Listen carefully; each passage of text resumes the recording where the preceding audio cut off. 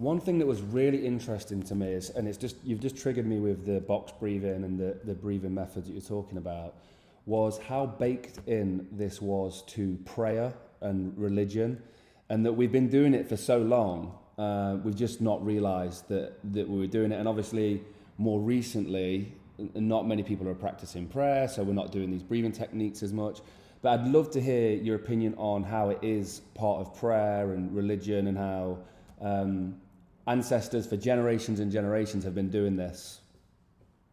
Well, before there were smartphones and apps and different websites, there was prayer. So we use those devices because they have timers on them. Before there were clocks and watches, how would you keep pace with your breathing, right? It's hard to do unless you have these very rhythmic phrases that you could speak. And by speaking these rhythmic phrases and having pauses in between these phrases, you can control the breathing not only for yourself, but for entire populations, entire congregations. And that's what prayer was doing. And I thought this research was so fascinating that this group of Italian researchers about 20 years ago brought in these subjects and had them recite the Catholic prayer cycle of the Rosary in Latin, because they're Italian, of course. That's how they're going to recite it. And they also had them recite Om Mani Padme Hum, which is the most famous Buddhist mantra. Both of those require the exact same respiratory rate, about 5 to 6 seconds in when you inhale in, and about 5 to 6 seconds when you're exhaling. When you're exhaling, of course, you're vocalizing Om Mani Padme Hum. Then you pause for the same amount of time. Om Mani Padme Hum. So they started looking at other prayers too, like the Kundalini chant that's been around for thousands of years, Sa Ta Na Ma, or Om. And they were all locking into the same respiratory rate. So they were curious what this respiratory rate, what this breathing pattern was doing to our bodies and our minds. They hooked them up to all these different sensors.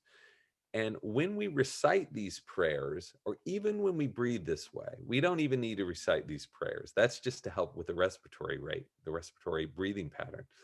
But when we do this, we get more oxygen to the brain. Our blood pressure goes down significantly. Our heart rate goes down. And these different systems in our body enter a state that they call coherence, where everything is working exactly the way it should, where your body is able to operate at that state of peak efficiency. And you can see this with a heart rate variability monitor. Whenever you breathe in this pattern, or you can recite one of these prayers if you'd like, check out what happens to your heart rate variability. It goes from being completely scattered, as mine is now, certainly as I'm talking to you, to these beautiful sine waves.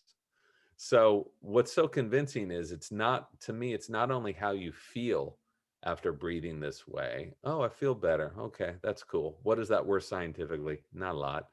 But you can look at the data in real time now with wearables that are pretty cheap, and watch this transformation that happens to your body just by switching your breathing. How far back does the history go of practicing breathing, or is it something that just doesn't exist because they had such good breathing techniques already?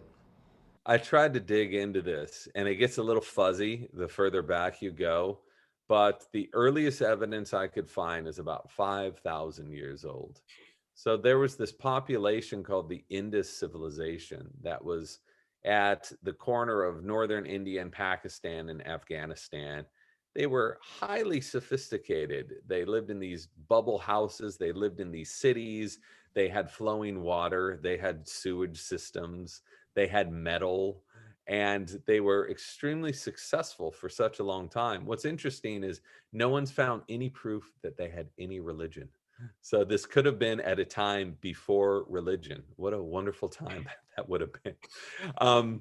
And they found in the civilization, these figurines of these people in these very obvious breathing stances and breathing poses. So this is the first evidence of yoga, where you have these guys and they're sitting cross-legged and their stomachs are way out, then their stomachs are in. So they're not sitting like this just for kicks. It's not too comfortable to sit around and talk shop this way. So that is what is considered the first evidence of yogic breathing. And we do know, according to ancient scripts, that yoga was a technology of breathing. That's what it was. There was no vinyasa flow or any of that at the beginning. It was about sitting down and focusing on your breath. Then over several thousand years, they started incorporating poses to yoga. And these poses, you would strike this pose and hold it for a very long amount of time and focus on your breathing. So this vinyasa flow, which I love, which I do all the time, that a lot of people are doing in gyms now, that you do at yoga studios, that stuff's about 100 years old. So when people tell you that that is an ancient practice, it's not. That was developed in the West. I'm not saying it's bad. I love it. The benefits are profound of doing this vinyasa flow. But that first ancient yoga that's been around for 4,000 years before that, it was a technology of breathing, and it was a technology of stretching your body so that you could incorporate and get more breath, more air into your lungs to fuel your body. I love it. I want to talk about just some anecdotes, but I want to make sure I'm going to probably get this name wrong. Zatopek, is that right?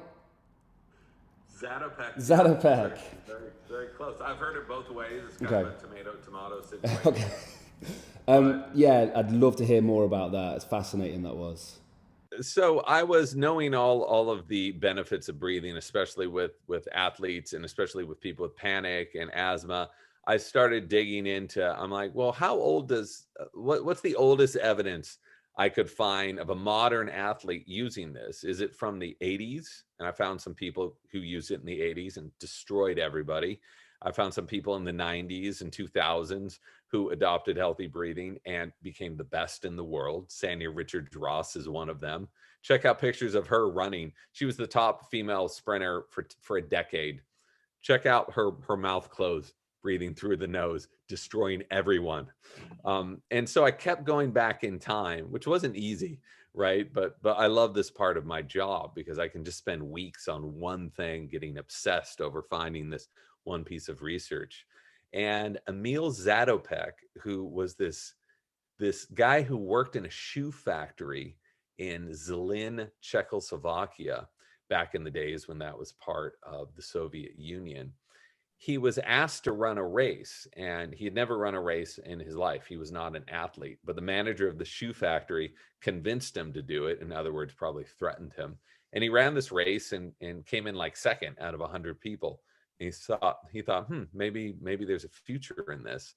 So he started competing and started training himself. And I don't know where he got the information, but he trained himself in holding his breath as long as he could, what is called hypoventilation training. And he went on to become the top runner in the 1950s. He won more medals at the 1952 Olympics than anyone in running.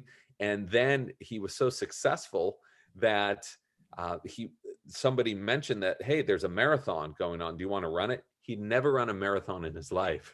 He ran it anyway, got gold. So he's the one who really put this hypoventilation training, which is really breathing in line with your metabolic needs, considering that so many of us overbreathe. What he was doing was like weight training for his lungs, right? He would train with hypoventilation so that his body could process and use that air in his lungs so much more efficiently. And we know through various modern studies and thousands of case studies that people who condition themselves like this can gain more red blood cells. It's like altitude training, can increase their VO2 max, can increase their threshold in which they want to give up, their performance thresholds, and they become better athletes. So after that, after Zatopek, the 1976 men's swim teams started using the same training method, went to Montreal, destroyed everyone. The number one performance, I think, in all of Olympic history.